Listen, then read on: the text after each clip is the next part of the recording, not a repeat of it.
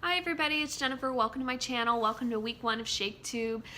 Today I'm going to be talking about the play I read, which is Titus Andronicus. I was planning on watching adaptations of Henry IV parts 1 and 2 and Julius Caesar, but that did not end up happening. So what I'm probably going to do during the month of September is watch them when I can and then do a wrap-up video about the Shakespeare adaptations that I was watching. So you can expect that near the end of September, I think, as the little ShakeTube bonus video. So I read Titus Andronicus. Did you know there's also a band named Titus Andronicus? I actually just found that out, and I think they're pretty decent. I might actually listen to them in the end, but unless you like punk or hard indie rock, then you're not gonna like them. So take that into consideration if you decide you want to do that. Anyway, so yeah, Titus Andronicus. I have to say, it wasn't one of the most pleasant Shakespeare reading experiences. My favorite Shakespeare plays as of right now are A1 is Julius Caesar. A1. I meant 1A is Julius Caesar and 1B is Hamlet. And I've read them both numerous times and I really enjoy them. And there's just dialogue that really sticks out, and then there's just scenes that I really love. Basically, I kind of want to forget about Titus Andronicus. It's very bloody, it's very revengey, there's more than, well, it's a bit rapey at one point, and so yeah. Let's just get into it. All right, so Titus is on his way, is back in Rome after a successful campaign against the Goths, and he's brought back Tamara, the queen of the Goths, and her sons. The first name I cannot remember.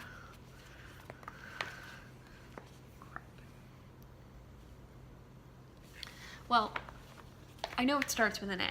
Her firstborn son gets immediately killed, and that leaves her with 2 sons, Chiron and Demetrius. Well, her son is killed ostensibly off screen by one of Titus's sons, and ostensibly it's for the sons who died in battle in the Goth territory. I don't know if they had I don't know what area the Goths were in, unfortunately. I'm sorry about that. So yeah, they kill Tamara, the queen of the Goths' oldest son. And so this spurs her on to revenge. First, what happens is that when Titus comes back, because of his military victories and all that, the people of Rome want him to be their leader, but he turns it down because of his age or whatever, and he recommends the eldest son of the former emperor Saturnine. And so he becomes the emperor, and he wants to marry Lavinia, Titus's daughter. Well, Saturnine's brother Basinius is engaged to Lavinia, and they conspire with Lavinia's brothers because apparently they don't want her to be married to the, well, I think it's more of a matter of honor to them, because Lavinia was previously, don't quote me on this, was previously engaged to Basinius. And so they help them elope and get married. And Titus kills one of his sons, Mutius, because Titus claims that they impugned his honor by, going against him and the betterment of Rome by thwarting the emperor. So all this ends up with Tamara enrapturing the emperor Saturnine and her becoming the new empress. So she's no longer the queen of Goths, she is the empress of Rome. And along with her is Aaron, her more servant and lover. on the side. More on that later. So, in order to exact revenge against Titus for the death of her son, she conspires with Aaron and her 2 sons who've been fighting over Lavinia, even though she's clearly taken, about how much they love her. They're fighting each other, and then Aaron's like, dude, you guys can both have her. Just, you know, work with me here. So they hatch a plot where Basinius is killed, and they frame Lavinia's brothers for it, and Chiron and Demetrius take Lavinia off to the woods. They rape her and mutilate her and cut off her hands and cut out her tongue so she can't tattle, basically. And they frame the brothers for Basinius' death. So what you have here is Lavinia is in a horrible way. She gets found by Marcus, who is Titus's brother. And her 2 brothers, Lucius is not involved here, but her 2 brothers are being held for the crime of killing the emperor's brother. So Aaron, at this point, Aaron is quite the jerk, goes to Titus and he's like, okay, so I have this word from the emperor that if you cut off your hand and give it to him, he will return your sons to you. Well, I don't know why he buys that, because surprise, surprise, he gets part of his sons back, their heads, along with his severed hand. And it's like, yeah, screw you, Titus. Just like that. And then at this point, Lavinia, without hands and without a tongue, finds a way to tell her father and Marcus what happened to her, and she gets a stick and she uses her mouth and her little non-hands to write the names of Chiron and Demetrius in the dirt so that they know who did this to her. And at this point, this is when Titus's revenge starts. So he lets it be known that he knows what is going on and what has happened. So Tamara hatches a plot because she's keeping the emperor happy. Anytime he wants to do something, she's like, sweetheart, let me take care of this. I've got this. And so she hatches a plan and she dresses up with her sons. And she figures Titus is crazy because of the loss of his sons and all that stuff that happened with his daughter. So he'll fall for this, which is dumb. I'm sorry. There's some plot points in here that are so dumb. And I suppose it's supposed to lend itself to like a black comedy feel, but I did not find it amusing. I found it like I found like it took me out of the play. Like this part, it's so dumb. It's like, he's crazy, he's not stupid. Tamara assumes that he won't notice her, right? Well, he won't like recognize her. She dresses up and she claims to be revenge. And her sons are dressed up and they're rape and murder. Yeah, lovely. And so Titus plays along with this. And so he lets Tamara think that he's been fooled, and he actually fools her into leaving her sons with him. So at this point, Tamara leaves her sons and Titus kills her sons. So backing up a little bit, when Titus found out that what had happened and Tamara and all that, he had sent Lucius, his oldest son, off back to the Goths in order to raise an army with them to come and sack Rome and take revenge on Rome. So they're back, and they're having this banquet in order to talk and work stuff out. And Titus shows up. He's dressed like a cook, all right? And there are these pies, and Titus has set all this up. And wouldn't you know, Tamara's sons are baked in this pie. Yeah. Yummy. So Titus feeds Tamara her sons, and he kills Tamara once he's revealed this.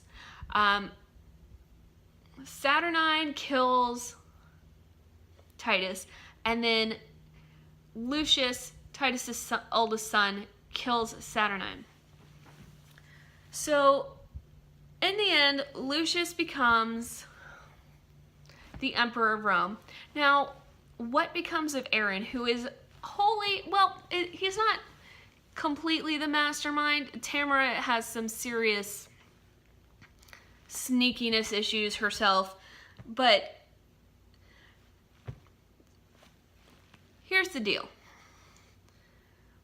I mentioned before that Aaron and Tamara were lovers. Well, Tamara gets pregnant, and they think, oh, there's going to be a new emperor's son, a new heir to the throne or whatever.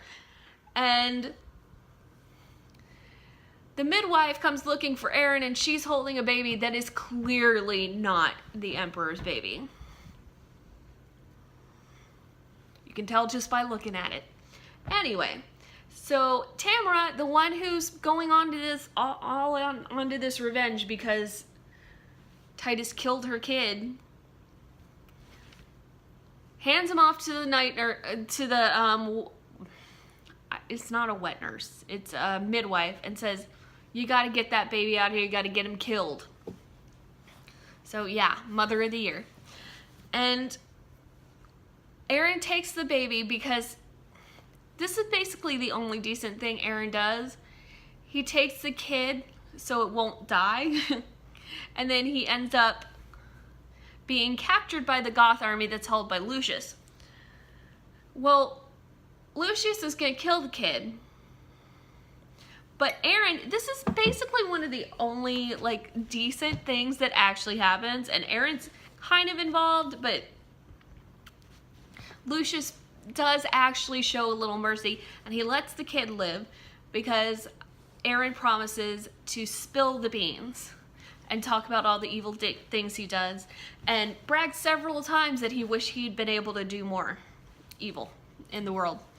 Anyway, so yeah, Aaron, okay, so to end all this lovely stuff, the Emperor, the Empress, Titus, and everybody in his family except Lucius and his brother Marcus and some other, tertiary people, they're alive, and Lucius is the emperor, and Aaron ends up buried up to his neck without any food, starved to death.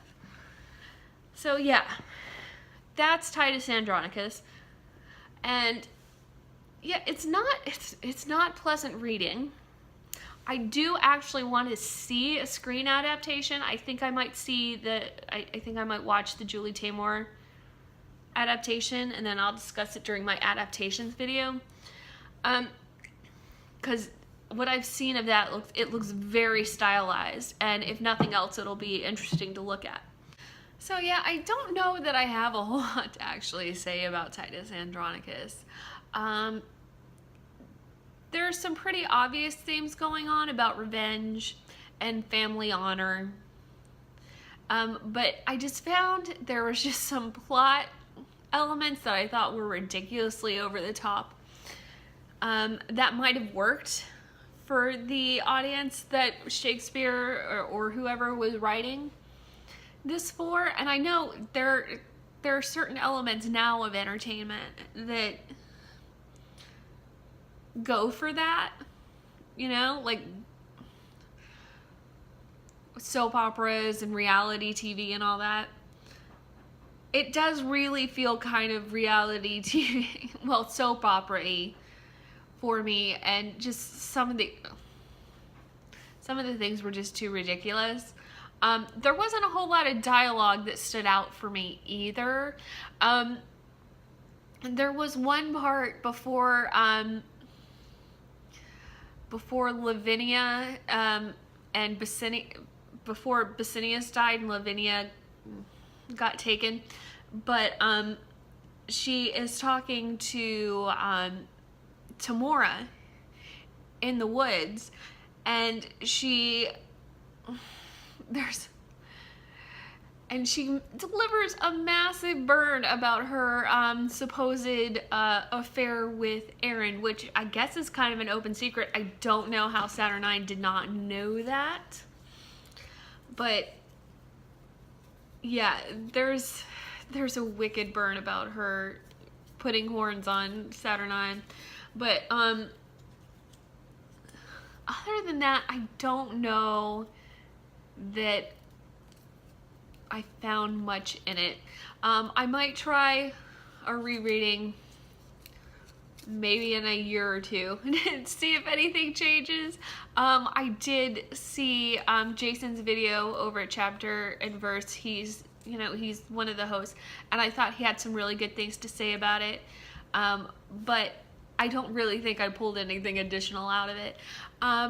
So if you read it and you have thoughts about Titus Andronicus, please feel free to make comments in the comments box below. If I said anything that you want to make a comment on, you can do that too. Thank you so much for watching. I hope you're enjoying ShakeTube. Bye!